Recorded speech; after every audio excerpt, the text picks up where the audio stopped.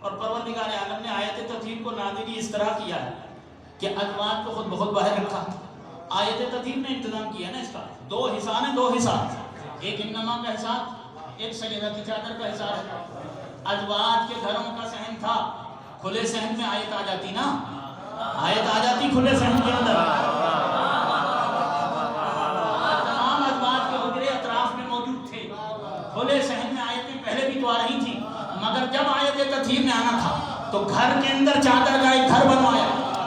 وہ چادر بھی بطول کی تھی تو رسول نے گھر کے اندر چادر کا گھر بنوا کے ان 5 کو ان چادر میں لے کر پھر اللہ نے آیت بھیجی ہے تاکہ اہل بیت کے مصداق پورے صحن میں نہ ڈھونڈے جائیں.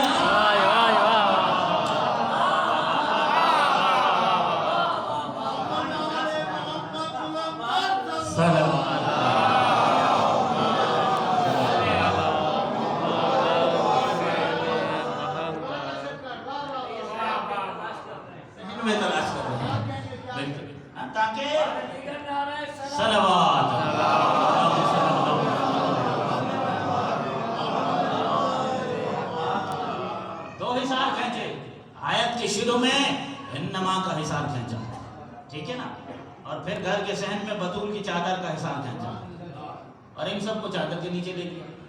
اور جب یہ سارے چادر کے نیچے آ گئے تو اب ہم نے تو نہیں رکھا چادر سے باہر ازواج کو، اللہ نے رکھا.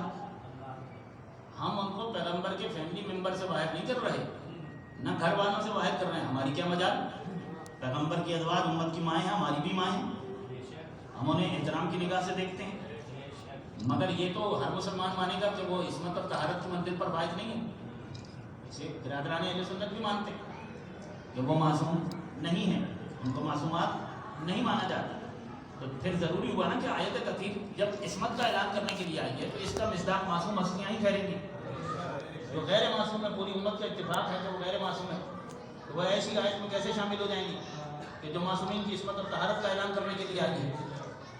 انما یرید اللہ لیذھب عنکم الرجس اہل البیت ویطہرکم تطہیرا. آیت آ گئی. جب آیت آئی تو پروردگار کے امر سے اور اذن سے پاک پیغمبر نے، یعنی کہ خدا اور رسول الہام الہی کے تحت پاک پیغمبر انتظام کر رہے ہیں. کیا چادر میں 5 حصیاں آ گئیں. پھر آ رہی ہے آیت لانے والا کیا صرف یہی آیت لے کر آیا تھا جبرائیل، یا اس کے علاوہ بھی پورا قرآن وہی لے کر آیا؟ باقی ساری آیتیں بھی جبرائیل لے کر آیا. عجیب بات ہو گئی. پوچھ رہا جب یہ سارے چادر کے نیچے آ گئے تو پوچھتا ہے، پڑھتے ہیں نا حدیث کے سامنے، فقال الامین جبرائیل یا رب من تحت القصہ. تو پوچھ لیا کہ پروردگار یہ جو چادر کے نیچے ہیں یہ کون ہے، یہ چادر کے نیچے کون ہے؟ عجیب بات ہے. پوچھ وہ رہا ہے کہ جو ہمیشہ اللہ کی طرف سے پیغمبر پر آتا ہے، پورا قرآن لے کر آئے، آیتیں لے کر آتا ہے، احادیث قدسیہ لے کر آتا ہے، جس کو مسلسل پیغمبر کے پاس آنا جانا ہے. اس چادر کے نیچے وہی پیغمبر ہیں نا جن کے پاس ہمیشہ جبرائیل آتے ہیں. پھر اس چادر کے نیچے وہی تو علی ہیں کہ جن کے شاگرد ہونے پر فخر کرتا. اس چادر کے نیچے وہی تو سیدہ ہیں کہ جن کے بچوں کے جھولے جھلانے کے لیے آتا. اس چادر کے نیچے وہی حسنین ہیں جن کے لیے درزی بن کے آتا ہے. ٹھیک ہے، تو اتنا پرانا خادم ہے اس گھر کا، اتنا پرانا نوکر ہے جبرائیل اس گھر کا، اتنا پرانا غلام، اتنا پرانا نوکر، اتنا پرانا خدمت گزار، اور آج پوچھ رہا ہے کہ یہ چادر کے نیچے ہیں کون ہے. پوچھ رہا ہے کہ یہ جو چادر کے نیچے ہیں یہ ہیں کون. اچھا جبرائیل معصوم ہے، فرشتے معصوم ہوتے ہیں نا، تو معصوم سے یہ بھی نہیں، اس معصوم کے بعد متعلق یہ خیال نہیں کیا جا سکتا کہ پہچان لیا ہو اور تجاہل عارفانہ کا اظہار کر رہے ہوں.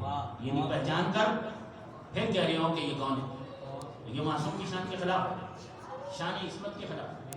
تو جبرائیل معصوم ہے، یہ بھی نہیں ہو سکتا کہ اس نے پہچانا ہو اور پھر کہے کہ کون ہے، پھر تو اس کی عصمت خطرے میں پڑے گی. تو واقعہ اس نے نہیں پہچانا تو اس نے کہا کہ یہ چادر کے نیچے کون ہے. قابل توجہ نقطہ یہ ہے کہ کیوں نہیں پہچانا.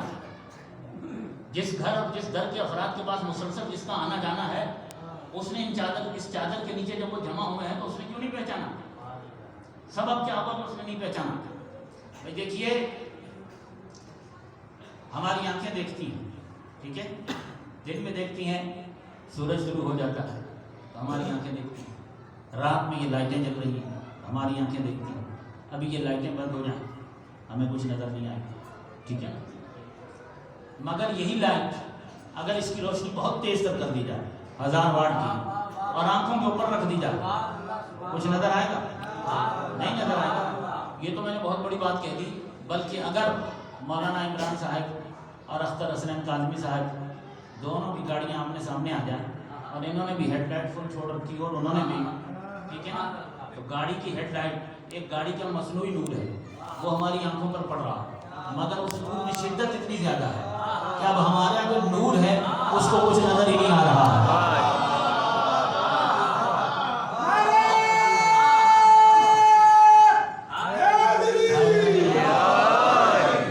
जिब्राइल खुद भी नूर है, पहले पहचानता था।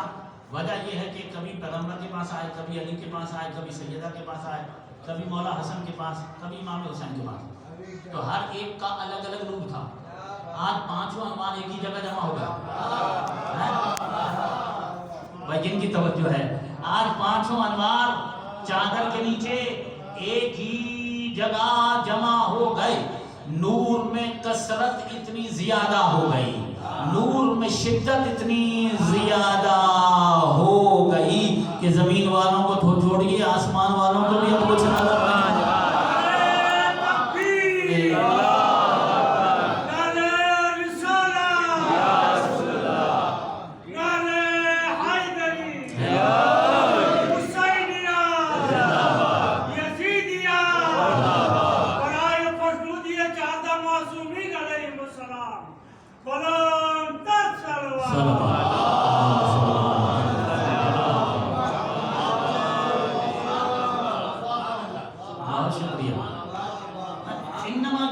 ये पांचों चादर के नीचे आ गए।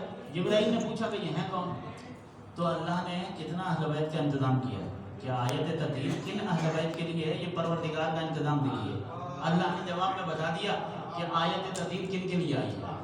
का हम अहले बैत, लफ्ज़ आ गया अहले बैत, ठीक है ना। ये चादर के नीचे कौन है? अल्लाह ने कहा अहले बैत, मगर कौन से वाले अहले बैत? का हम अहले बैत नबुव्वत, हम अहलो, लफ्ज़ ज़रा तवज्जो फरमाइएगा, हम पढ़ा लिखा है, हम अहलो बैत नबुव्वत, ये बीवी नबुव्वत की होती है या नबी की होती है?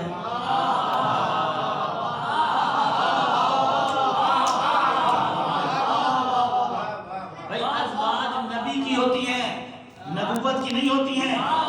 इसलिए आयत अहले बैत नबी के लिए नहीं आई, अहले बैत नबुव्वत के लिए आई है।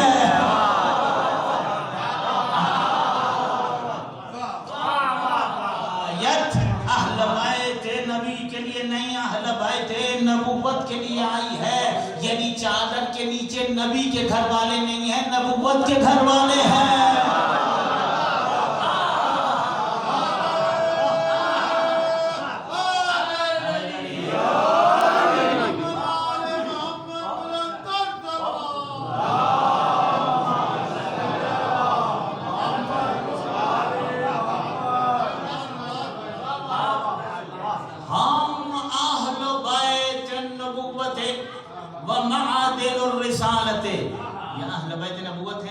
और ये रिसालत की कान है।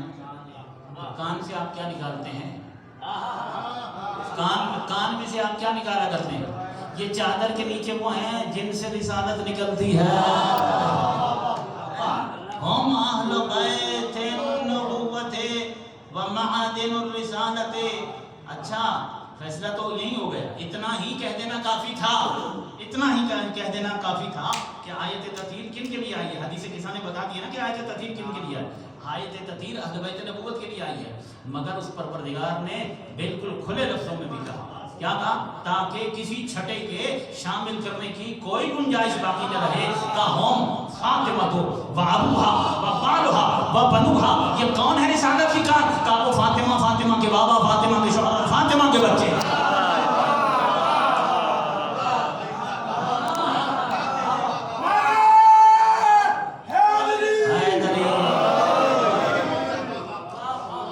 इस चादर के नीचे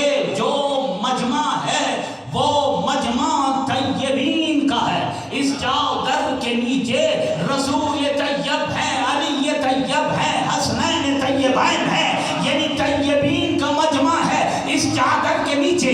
मगर इन तय्यबीन का तारुफ जिस बीबी के जरिए से करवाया जाए उस बीबी को अल्लाह के यहाँ तय्यबा कहा जाता है।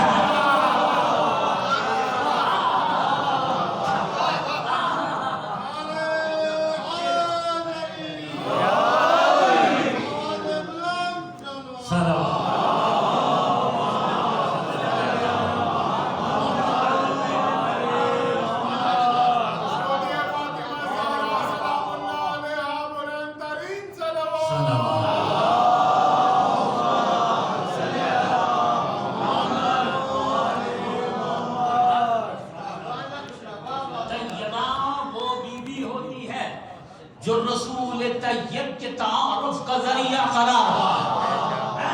इतने पैगंबर तैयब व ताहिर हैं, मगर अल्लाह ने ऐसे तैयब व ताहिर का तारुफ इस बीवी के जरिए से करवाया। खुदा कह सकता था ना कि इस चादर के नीचे मेरा हबीब है, मेरा रसूल है, उसकी बेटी है, उसका दामाद है, उसके बच्चे हैं। नहीं कहा ना, क्या कहा? हम फातिमा तो बाबूहा, बस ये आखिरी फिक्रा है, खत्म हो गया यहाँ पर फदाए। जिनके दिलों में अली और बतूल का घर रहता है, मैं उनसे बात कर रहा हूँ, नतीजा देके मज़ाक की तरफ चला जाऊंगा। भाई देखिए, अल्लाह यूं तारुफ करवा सकता था ना, और बज़ाहिर करवाना भी चाहिए था, क्योंकि पैगंबर सैयदुल अंबिया है, सुल्तान अंबिया है, नबीउल अंबिया है, इमामुल अंबिया है, ताहा है, यासीन है, सैयदुल मुरसलीन है, रहमतुल लिल आलमीन है, मुज़म्मिल है, मुदस्सिर है, बशीर है, नज़ीर है, सिराजुल मुनीर है, आक़िल अव्वल, खल्क़ अव्वल, नूर अव्वल, इल्म अव्वल, वजूद अव्वल, वजह तख़लीक़ के दोनों मकाम, बाइस तख़लीक़ को समा।